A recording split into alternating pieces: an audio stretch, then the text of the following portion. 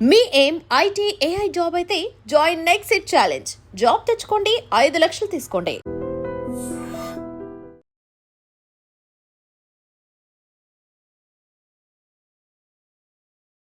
నమస్తే, welcome to I dream weekend update with కవిత.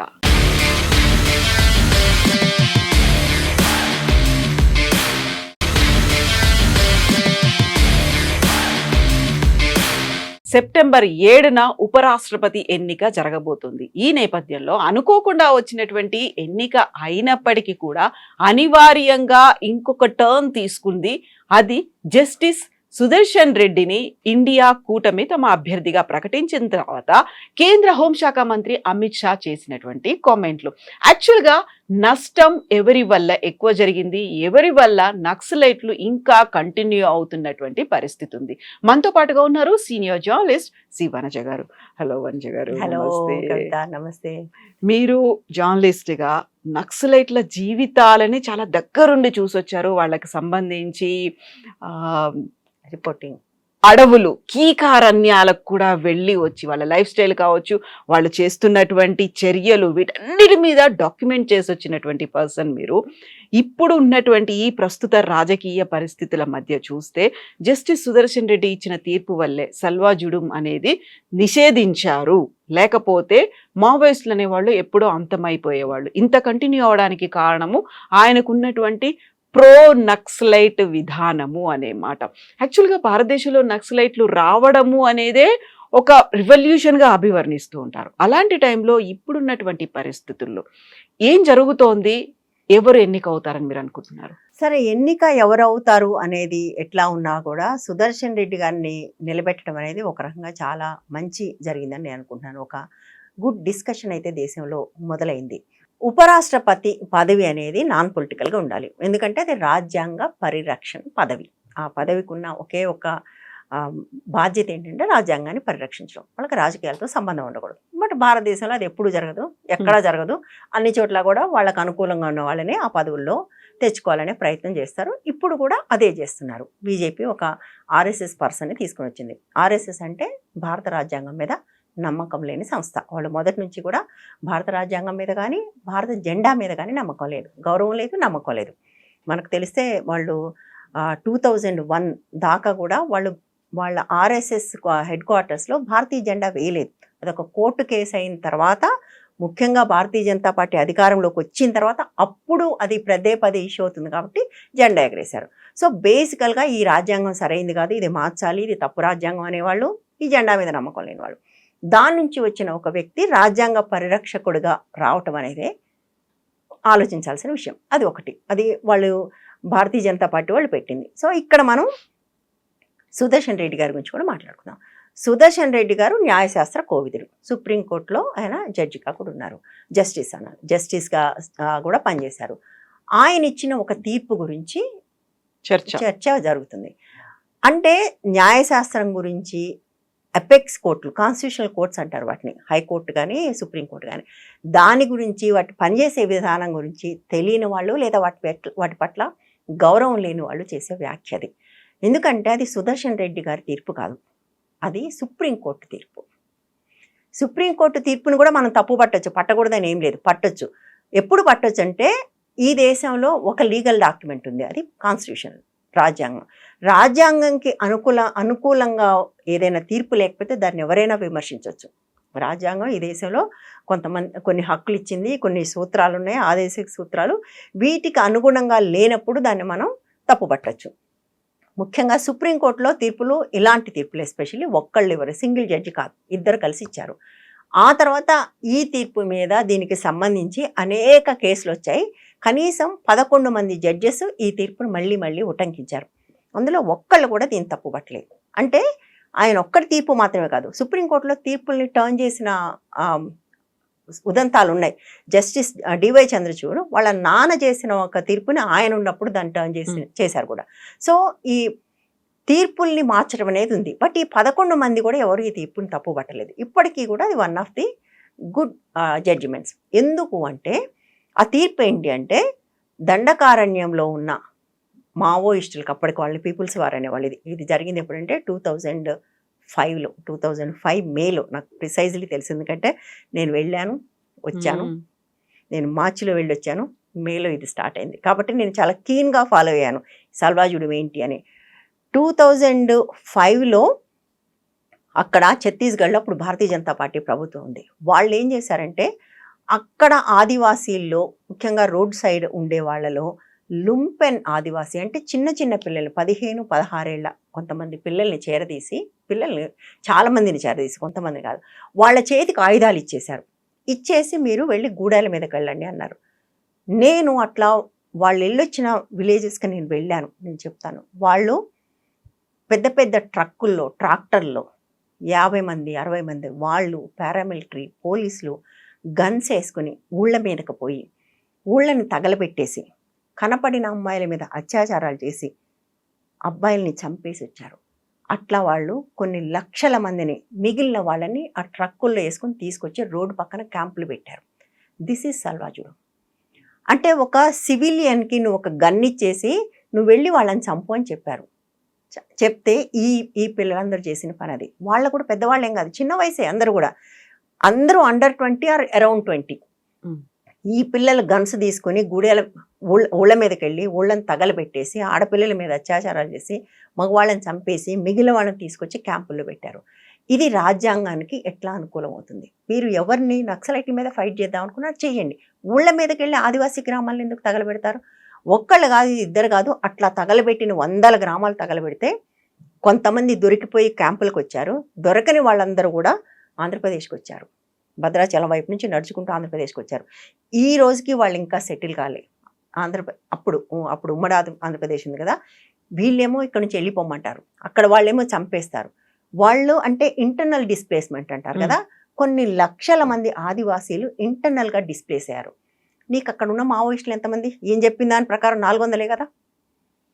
ఈ 400 మందిని నువ్వు పట్టుకోవటానికో లేకపోతే 400 మందిని ఏరువేయటానికో ఇన్ని లక్షల మంది ఆదివాసీల్ని డిస్ప్లేస్ చేయటానికి నీకెవరు హక్కు ఇచ్చారు? అది పూర్తిగా రాజ్యాంగ విరుద్ధం. వాళ్ళు ట్రైన్డ్ కాదు, పార్ట్ ఆఫ్ పోలీస్ ఫోర్స్ కాదు. ఒక సివిలియన్కి గన్ ఇచ్చి నువ్వు పోయి చంపేసిరా అంటే ఏంటది? అది ఎట్లా రాజ్యాంగబద్ధం అవుతుంది? అది తప్పు, న్యాచురల్గా తప్పు. సో ఇది కరెక్ట్ కాదు. ఇది సివిలియన్స్కి ఇట్లా గన్స్ ఇచ్చి వాళ్ళని ట్రైనింగ్ కూడా లేదు, వాడు ఎక్కడన్నా కాల్చుకో, ఎట్లన్నా కాల్చుకో అంటే కంప్లీట్ ఇంప్యూనిటీ. ఒక్క డెత్ కూడా. నేను 2005 తర్వాత సల్వాజుడు స్టార్ట్ అయిన తర్వాత నేను వెళ్ళాను, క్యాంప్స్కి వెళ్ళాను, ఆ ఊర్లకు వెళ్ళాను, వాళ్ళందరూ కలిశాను. సింగిల్ ఎఫ్ఐఆర్ రిజిస్టర్ కాలేదు కవిత. ఎంతమంది చనిపోయారు ఎవరికి తెలియదు. చనిపోతే ఎట్లా చనిపోయినా, అది ఎన్కౌంటర్ కానివ్వండి, యాక్సిడెంట్ కానివ్వండి, ఒక మనిషి అసహజంగా చనిపోతే తప్పనిసరిగా ఎఫ్ఐఆర్ చేయాలి. సింగిల్ ఎఫ్ఐఆర్ చేయలేదు. అన్ని 100 మందిని 1000 మందిని చంపేస్తే కూడా ఎంతమంది చనిపోయారనేది ఎవ్వరు చెప్పలేరు, ఇప్పటికీ తెలియదు ఎవరికి. ఎందుకంటే గూడాలవి, చచ్చిపోయిన వాళ్ళు చచ్చిపోయారు, పారిపోయిన వాళ్ళు పారిపోయారు. ఆ లెక్క ఎవరు తేల్చాలి? ఎవరు పోవాలి ఆ విలేజెస్కి, ఆ లోపల ఉన్న వాటికి? అది రాజ్యాంగ విరుద్ధం ఖచ్చితంగా. అది అసలు రాజ్యాంగ విరుద్ధం మాత్రమే కాదు, ప్రైవేట్ ఆర్మీకి గన్స్ ఇచ్చి మీరు వెళ్ళి చంపిరండి అనేది ఎట్లా యాక్సెప్ట్ చేస్తారు? So that is illegal, that is anti constitutional. అది ఆయన ఇచ్చిన తీర్పు. ఆయన కాదు, ఆయన ఇంకొక ఆయన కలిపి ఇద్దరు కలిసి ఇచ్చిన తీర్పు. ఈ తీర్పు వల్ల నక్సలైట్లు ఇప్పటిదాకా ఉన్నారు అని. లేకపోతే ఎప్పుడూ అంతమైపోయేవాళ్ళు. 5 ఏళ్ల పాటు జరిగింది ఏంటి? తీర్పు ఇచ్చిన నెల రోజులకి గవర్నమెంట్ ఏం చేసింది తెలుసా? కొత్త చట్టం తీసుకొచ్చి వీళ్ళందరినీ ఎస్పీఓస్ అనేవాళ్ళు, స్పెషల్ పోలీస్ ఆఫీసర్స్, వాళ్ళ పేర్లు, వాళ్ళు పోలీసులు కాదు, ఆఫీసర్లు కాదు, వెంటనే వాళ్ళని డిఆర్జీ అని పేరు మార్చేసింది. తీర్పు ఏంటి? ఎస్పీఓల వ్యవస్థ రద్దు చేయాలని కదా, వాళ్ళు డిస్ట్రిక్ట్ రిజర్వ్ గార్డ్స్, డిఆర్జీ అని పేరు మార్చేసి మళ్ళీ వాళ్ళని కంటిన్యూ చేసింది. ఒక్కళ్ళని కూడా తీసేలే. ఎస్పీఓలు ఎవరున్నారో ఎస్పీఓలందరూ డిఆర్జీలుగా కంటిన్యూ అయ్యారు. అంటే అర్థం ఏంటి? తీర్పు వల్ల అక్కడేం మార్పు రాలే కదా. మరి ఎందుకు ఉన్నారు నక్సలైట్లు ఇంకా 20 ఏళ్ల తర్వాత కూడా? ఇది 2005లో జరిగింది. 20 ఏళ్ల తర్వాత కూడా ఎట్లా ఉన్నారు? ఎందుకంటే తీర్పు వల్ల అక్కడ ఏమి గ్రౌండ్లో ఏమీ మార్పు రాలే. ఆయన తీర్పు ఇచ్చిన మరుక్షణం చట్టం కొత్తది తీసుకొచ్చి వాళ్ళని డిఆర్జీలని మార్చారు. అంతే చేసింది. మరి ఆయన వల్లనే నక్సలిజం పోకపోతే ఆయన చేసిన దానివల్ల గ్రౌండ్లో ఏమీ చేంజ్ జరగలే కదా. మరి ఎందుకు జరిగింది? అది చాలా అన్యాయమైన మాట. ఇక్కడే అసలు మనం గమనించాల్సిన విషయం ఏంటంటే, ఒకవైపు ఉన్న వ్యక్తికేమో రాజ్యాంగం మీద గౌరవం లేదు, దేశ జెండా మీద కూడా గౌరవం లేదు, ఆ సంస్థ నుంచి వచ్చాడు. ఇంకొక ఆయన రాజ్యాంగాన్నే పరిరక్షించడం కోసం ఆయన దగ్గర దగ్గర 50 ఏళ్ళుగా పనిచేస్తున్నాడు. లాయర్గా పనిచేశారు, హైకోర్టు జడ్జిగా పనిచేశారు, సుప్రీంకోర్టు జడ్జిగా కూడా ఆయన కాన్స్టిట్యూషనల్ బెంచెస్లో పనిచేశాడు, రాజ్యాంగ పరిరక్షణ కోసమే పనిచేశారు. రాజ్యాంగ పరిరక్షణ చేయగలిగే అవకాశం లేదా చేసే ఉద్దేశం ఇద్దరిలో ఎవరికి ఉంటుంది చెప్పండి? అంటే మాకు రాజ్యాంగం మీద గౌరవం లేదు, రాజ్యాంగాన్ని గౌరవించే వాళ్ళ పట్ల మాకు గౌరవం లేదని చెప్పడమే కదా అమిత్ షా ఇక్కడ. వాళ్ళు నిలబెట్టిన వ్యక్తి ద్వారా అయినా, ఆయన చేసిన కమెంట్ ద్వారా అయినా. ఆ కమెంట్ చాలా తప్పు. ఆయన అట్లా చేయటం అనేది పూర్తిగా తప్పు. అది నీకు ఆ జడ్జిమెంట్ మీద నమ్మకం లేకపోతే you should go and challenge it. ఎందుకు ఛాలెంజ్ చేయలేదు 10 సంవత్సరాల నుంచి జడ్జిమెంట్ని? ఎందుకు ఛాలెంజ్ చేయలేదు? నువ్వేమో ఛాలెంజ్ చేయవు, ఇక్కడ మాత్రం పొలిటికల్గా వాడతావా? తప్పు కదా అది.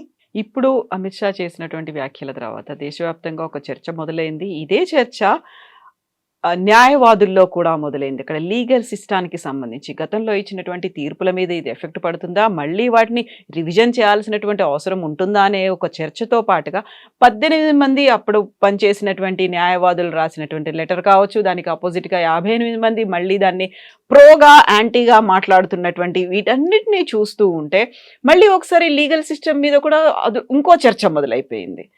సో ఏంటిది ఒక చర్చకి చర్చ లీగల్ సిస్టమ్ మీద నిజంగా చెప్పాలంటే మనకు ఇప్పటికీ భారతదేశంలో చిట్ట చివరికి మిగిలిన ఏకైక హోప్ అది. బట్ ఆ హోప్ పోయింది. అది చాలా ఏళ్లుగా పోతుంది, ఈ మధ్య కాలంలో పూర్తిగా పోయింది. ఎందుకంటే మనం జడ్జిమెంట్స్ చూస్తున్నాం కదా, పొలిటికల్ జడ్జిమెంట్స్ వస్తున్నాయి. వాళ్ళు రాజ్యాంగానికి అనుగుణంగా ఇవ్వాల్సిన చాలా జడ్జిమెంట్స్ పొలిటికల్ జడ్జిమెంట్స్గా వస్తున్నాయి. ఇదే మీరు 18 మంది 52 మంది ఉంది కదా, ఇది చాలా ఆసక్తికరం. ఈయనకి సపోర్ట్గా కొంతమంది జడ్జెస్ రాగానే వ్యతిరేకంగా కొంతమంది జడ్జెస్ వచ్చారు. దాన్ని లీడ్ చేసింది ఎవరు? రంజన్ గొగోయ్, ఎంపీ, సుప్రీంకోర్టు ప్రధాన న్యాయమూర్తిగా పనిచేసి ప్రధాన న్యాయమూర్తిగా రిటైర్ అయిన మర్నాడు భారతీయ జనతా పార్టీ ఎంపీగా వెళ్ళిన వ్యక్తి రాజకీయాలు ఉన్న వాళ్ళు ఇక్కడికి రాకూడదు అని మాట్లాడుతున్నాడు. ఆయన ఎవరు మరి? రాధాకృష్ణన్కి రాజకీయాలు లేవా? ఆయన భారతీయ జనతా పార్టీ నుంచి ఎంపీగా గెలిచిన వ్యక్తి, ఆర్ఎస్ఎస్ నుంచి వచ్చిన వ్యక్తి. ఆయనకి రాజకీయాలు ఉండొచ్చు, కానీ న్యాయమూర్తులు రాజకీయాల్లోకి వెళ్ళకూడదు. నువ్వు వెళ్ళొచ్చా? ప్రధాన న్యాయమూర్తిగా పనిచేసి రిటైర్ అయిన మరుక్షణం రాజ్యసభ ఎంపీగా ఎట్లా వెళ్ళావు? ఆయన మాట్లాడటం వింత. ఇంకా ఒక జోక్ చెప్పనా, అందులో 2 జడ్జెస్ బయటకు వచ్చి చెప్పారు, అసలు మాకు సంబంధమే లేదు, మా సంతకాలు ఫోర్జరీ చేశారని. అంటే నువ్వు వ్యతిరేకించటానికి జడ్జిమెంట్ని పొలిటిసైజ్ చేయటము, దొంగ సంతకాలు పెట్టడము, అంటే జడ్జిగా ఉన్నప్పుడు నువ్వేం చేసావో కానీ బయటకు పోగానే ఆ పార్టీకి ఎంపీగా వెళ్ళిన వాళ్ళు దాన్ని విమర్శించడం, ఇదంతా చూస్తుంటే ప్రజలకు న్యాయ వ్యవస్థ మీద నమ్మకం ఎట్లా ఉంటుంది? మనకు చాలా గొప్ప గొప్ప ఇండియన్ జ్యూరిస్ప్రుడెన్స్ అంటారు, గొప్ప గొప్ప తీర్పులు ఉన్నాయి. ఈ తీర్పుల ప్రకారం, ఈ తీర్పులు ఇక్కడే కాదు మొత్తం ప్రపంచం అంతా కూడా ఒక యాక్సెప్టెడ్ జ్యూరిస్ప్రుడెన్స్ ఉంది. అదేంటంటే bail is right, jail is exception. అంటే అవసరమైతే తప్ప నువ్వు జైల్లో పెట్టకూడదు, ఎవరి స్వాతంత్రాన్ని హరించకూడదు. కాబట్టి అందరికీ బెయిల్ ఇవ్వాలి. బెయిల్ అనేది రైట్ అనేది. ఇవాళ నీకు కావలసిన వాడు ఎవరన్నా జైలుకి వెళ్తే 2వ రోజు బెయిల్ వస్తుంది, నిన్ను విమర్శించిన వాడు జైలుకి వెళ్తే 10 ఏళ్ళైనా బయటకు రాడు. ఇదేంటి? ఇట్లా చేస్తున్నది ఎవరు? ఇట్లా చేయడానికి ప్రోత్సహిస్తున్నది ఎవరు? ఎటువంటి రాజకీయ ఒత్తిడి వల్ల ఇవాళ జరుగుతుంది? అది కదా న్యాయ వ్యవస్థ మీద నమ్మకం పోగొట్టేది. ఒకవైపు న్యాయ వ్యవస్థ మీద నమ్మకం పోగొట్టే పనులు చేస్తూ, కాస్త కూస్తో బతికున్న న్యాయ వ్యవస్థను విమర్శిస్తూ, ఇవాళ చర్చ నిజంగానే లీగల్ సిస్టమ్ మీద జరగాల్సిందే. ఎందుకంటే ఇవాళ న్యాయమూర్తులను కూడా గౌరవించే ఒక పరిస్థితి లేదు. వాళ్ళు జస్ట్ పవర్ ఈల్డ్ చేస్తున్నారు. కోర్టుకు వస్తే నీ కంటెంప్ట్ ఆఫ్ కోర్ట్ అని. బట్ ఇవాళ ఎంతమంది నిజాయితీగా పనిచేస్తున్నారు? ఎన్ని పొలిటికల్ అపాయింట్మెంట్స్, ఎన్ని యాంటీ కాన్స్టిట్యూషనల్ జడ్జిమెంట్స్ వస్తున్నాయి? సుప్రీంకోర్టు నుంచి వస్తున్నాయి జడ్జిమెంట్స్, కాన్స్టిట్యూషన్కి వ్యతిరేకమైన జడ్జిమెంట్స్ వస్తున్నాయి. ఇప్పుడు రిజల్ట్ ఎలా ఉండబోతుంది అనుకుంటున్నారు మీరు? బలం ఉన్నవాడిదే ఎప్పుడైనా రాజ్యం. న్యాచురల్గా వాళ్ళే గెలిచే అవకాశం ఉంది, ఖచ్చితంగా గెలిచే అవకాశం ఉంది. ఎందుకంటే వాళ్ళకే మెజారిటీ ఉంది కాబట్టి. ఒక ఆర్ఎస్ఎస్ వ్యక్తి కాకుండా ఒక న్యాయవాది, ఇప్పుడు సుదర్శన్ రెడ్డి గారికి రాజకీయాలు లేవు, నిజంగా రాజకీయాలు లేవు. ఇండియా బ్లాక్ ఆయన తీసుకుని ఉండొచ్చు, కానీ ఆయనకి రాజకీయాలు ఉన్నాయని తీసుకోలేదు. ఆయన ఒక న్యాయ కోవిదులని తీసుకున్నారు. ఇలాంటప్పుడు అంటే ఏదో ఒక కొన ఊపిరితో అయినా కూడా రాజ్యాంగాన్ని పరిరక్షించాలి అనుకుంటే ఇలాంటి వాళ్ళందరూ ఆయనకి సపోర్ట్ చేయాలి. బట్ సపోర్ట్ చేసే ఉద్దేశం వాళ్ళకి ఏం కనపడట్లేదు. ఎందుకంటే ఎవరికి వాళ్ళ రాజకీయాలు, వాళ్ళ అధికారంలో ఉండటము, దాని ద్వారా వాళ్ళు ఏం తెచ్చుకోగలం, ఇది మాత్రమే తప్ప రాజ్యాంగాన్ని పరిరక్షించుకోవాలి, దేశంలో డెమోక్రసీ ఉండాలి, ఇదంతా మనలాంటి వాళ్ళ కంఠశోష. కానీ పొలిటీషియన్స్ ఎవరు అనుకోవట్లేదు. బట్ అనుకుంటే బాగుంటుందని అనుకుంటున్నాను. బట్ ఇంట్రెస్టింగ్లీ సుదర్శన్ రెడ్డి గారు నేను ఒకసారి దిగాను కాబట్టి నేను నా వీలైనంత ఫైట్ చేస్తా అంటున్నారు, అందరి దగ్గరికి వెళ్తున్నారు, అడుగుతున్నారు, మాట్లాడుతున్నారు. జరగకూడదని కూడా ఏం లేదు. ఎందుకంటే నీలం సంజయ్ రెడ్డి గారు అనుకుంటాను, నాకు సరిగ్గా గుర్తులేదు, I think you need to correct me if I'm wrong, నాకు కూడా తెలీదు, కాంగ్రెస్ తరఫున ప్రెసిడెంట్ బరిలో క్యాండిడేట్గా పెట్టి ఇందిరాగాంధీ ఓడించింది. Because she doesn't want him to win. ఆమెనే చెప్పింది ఆత్మ ప్రబోధం ప్రకారం ఓటేయండి. ఓటేయండి. ఇప్పుడు కూడా అంతే, మీరు ఆర్ఎస్ఎస్ రాజ్యాంగం తేల్చుకోవాల్సిన ఒక పరిస్థితి ఉంది. బట్ దేశంలో పొలిటికల్ పార్టీస్ అంత సెన్సిటివ్గా ఉన్నాయన్నది ప్రశ్న. ఒకవేళ సెన్సిటివ్గా ఉంటే ఆయన గెలుస్తారు, ఖచ్చితంగా గెలవాలి కూడా. ఎస్ వనజ గారు, థ్యాంక్ యూ సో మచ్ అండి. Thank you. Thank you. And for more videos, Please subscribe to iDream. Please subscribe to iDream. Please subscribe iDream. And please subscribe to iDream. For more videos, subscribe to iDream. please like, share and subscribe to the channel. Congratulations, iDream. Subscribe to iDream. Subscribe to iDream. So subscribe to iDream Media. iDream की iDream team अंदर की huge congratulations. Please subscribe iDream Media. Please subscribe to iDream. Subscribe iDream. Please subscribe to iDream. iDream అంటే నా కళల ఛానల్ను subscribe చేసుకున్న నోరు తిరుగుతలేదు, మీరైతే గంట గుర్తు కొట్టండి. For more such videos, please subscribe to iDream. Subscribe to iDream. Please subscribe to iDream. Please subscribe iDream Media. Please do subscribe to iDream. Please subscribe to iDream Media. For best entertainment and information, please subscribe iDream. And don't forget to subscribe to iDream.